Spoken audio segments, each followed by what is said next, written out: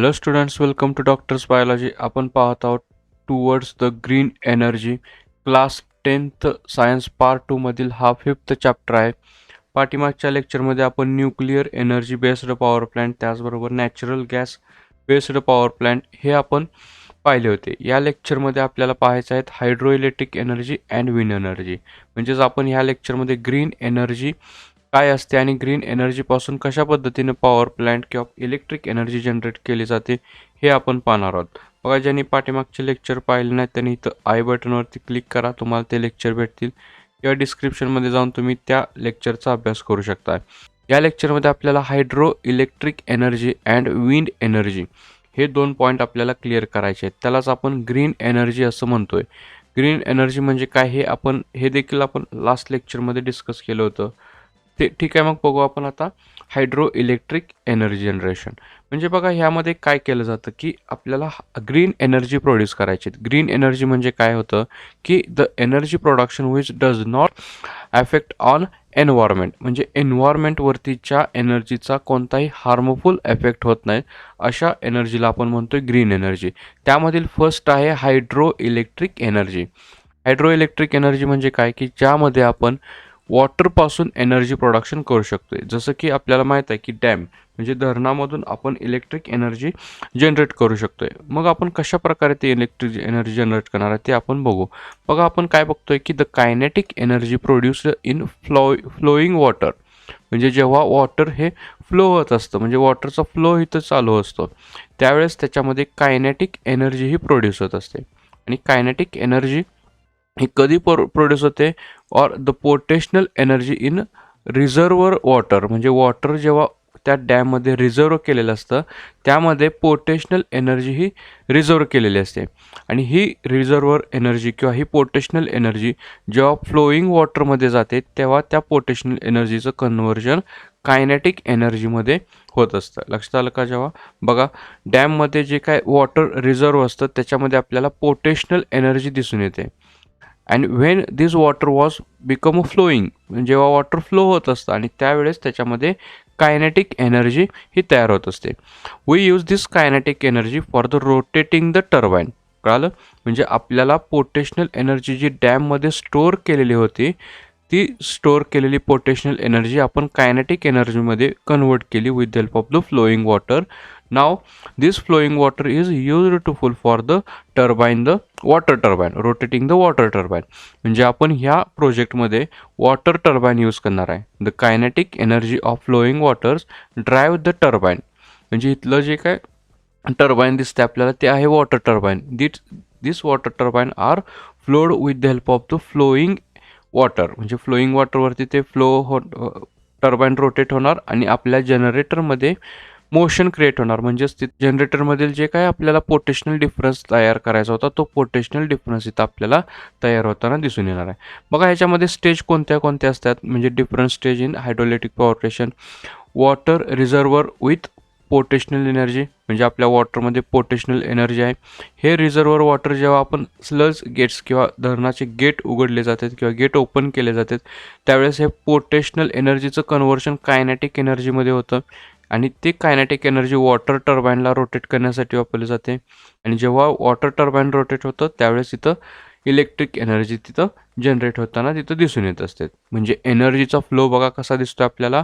Potential energy in water it converted in to the kinetic energy in flowing water. ठीक आहे.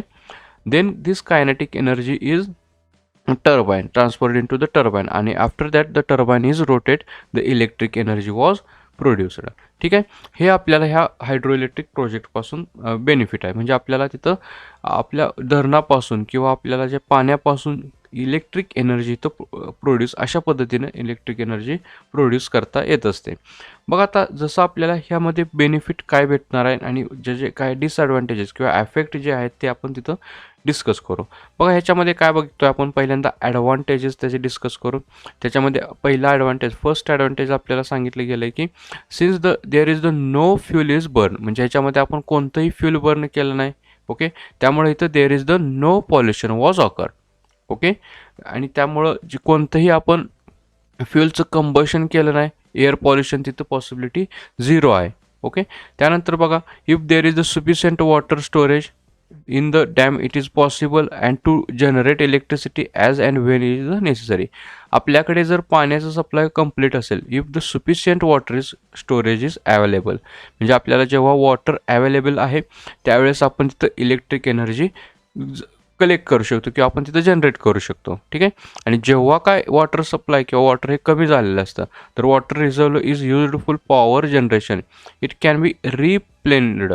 Okay, replenished during the rainy season, म्हणजे पावसाळ्यामध्ये परत ते rainy सीजनमध्ये वॉटर हे रिसायकल केलं जातं किंवा ते परत रिफिल केलं जातं. त्यामुळे आपल्याला इथं कोणताही प्रॉब्लेम इथं येणार नाही. हे त्याचे ॲडव्हान्टेजेस आपल्याला दिसून येतात. ॲडव्हान्टेजेस म्हणजे काय की त्याच्यापासून आपले होणारे फायदे, तिथं झिरो पॉल्युशन आहे.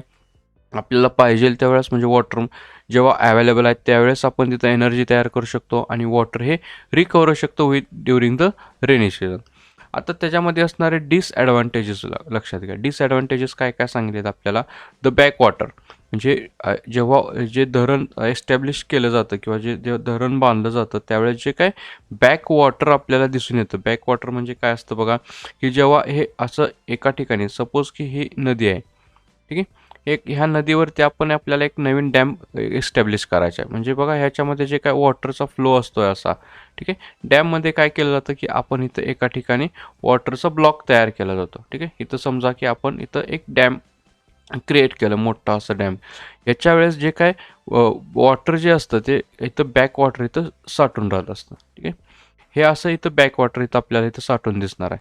म्हणजे बघा इथं जे काय वॉटरचा सप्लाय दिसतो इथं भरपूर प्रमाणात इथं पाणी साठून राहणार. दिस इज द बॅकवॉटर. आणि ह्या बॅकवॉटरचा प्रॉब्लेम काय होणार आपल्याला की जे काय धरणा शेजारी किंवा नदी शेजारी जे काय गाव होते इथं जे काय विलेज असणार आहेत, गाव शेती असणार आहे, मंदिर असणार आहे, हे सगळे पाण्याखाली तिथं जाणार आहेत. ठीक आहे. The backwater due to the storage of water in dam submerge the village or towns. पूर्ण विलेजला, खेड्यांना, ते गावांना ते सबमर्ज करणार आहे किंवा ते बुडवून टाकणार आहेत.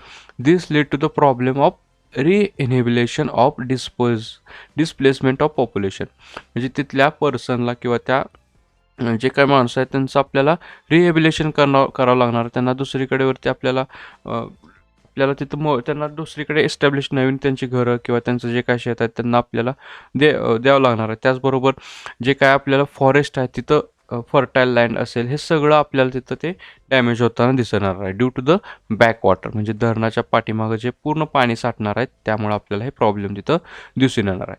त्याचबरोबर बघा जेव्हा आपण रिव्हरवरती ऑब्स्ट्रॅक्शन क्रिएट केलं होतं, the obstruction of the flowing water or river water is may be adverse effect of the living world, म्हणजे नदीच्या समोर किंवा नदीमध्ये जेव्हा आपण ॲब्स्ट्रॅक्शन घेतोय त्यामुळे नदीमध्ये जे काय फिश असतील किंवा जे काय छोटे छोटे फॉरेस्ट असतील इथं किंवा त्या प्लॅन्ट असतील किंवा ह्या लिव्हिंग जे काय थिंग्स असणार आहेत ह्या सगळ्या त्याच्यावरती ॲडवर्स इफेक्ट दिसणार आहे. कारण का आपण इथं पाण्यामध्ये ॲब्स्ट्रॅक्शन क्रिएट केलं, पाणी इथं अडवलेलं आहे. हे पण प्रॉब्लेम किंवा ह्या पण तिथं आपल्याला ॲडवर्स इफेक्ट किंवा हा प्रॉब्लेम आपल्याला तिथं दिसून येत असेल. हे आहेत आपले हायड्रो इलेक्ट्रिक एनर्जी. बघा हायड्रो इलेक्ट्रिक एनर्जी सोपा आहे की जिथं आपण पोटेशनल एनर्जीचं कन्व्हर्शन इलेक्ट्रिक एनर्जीमध्ये करतो. पोटेशनल एनर्जी आपल्याला हे वॉटरमध्ये फॉर्म येते इन द रिझर्वर वॉटर किंवा स्टोरेज वॉटर. त्याचं कायनेटिक एनर्जीमधून डायरेक्टली इलेक्ट्रिक एनर्जी हे एक आपल्याला तिथं बेनिफिशियल असं ग्रीन एनर्जी तिथं प्रोव्हाइड करतं. नेक्स्ट ग्रीन एनर्जी आहे आपल्याकडे electric generation using the wind energy. बघा यामध्ये आपण इलेक्ट्रिक एनर्जी जनरेशन करण्यासाठी आपण विंडचा म्हणजेच वाऱ्याचा वापर करत असतोय. बघा इथं काय काय सांगितलं जातं. बघा सुरुवातीला काय केलं जातं, the kinetic energy of wind is used for the lifting or water for driving the wind mills, यासाठी आपण तिथं यूज करतोय. आता यामध्ये आपण त्या विंडचा यूज आपण इलेक्ट्रिक एनर्जी जनरेशन करण्यासाठी आपण यूज करणार आहे आणि त्याच्यामध्ये यूज केलं जातं ते विंड टर्बाईन.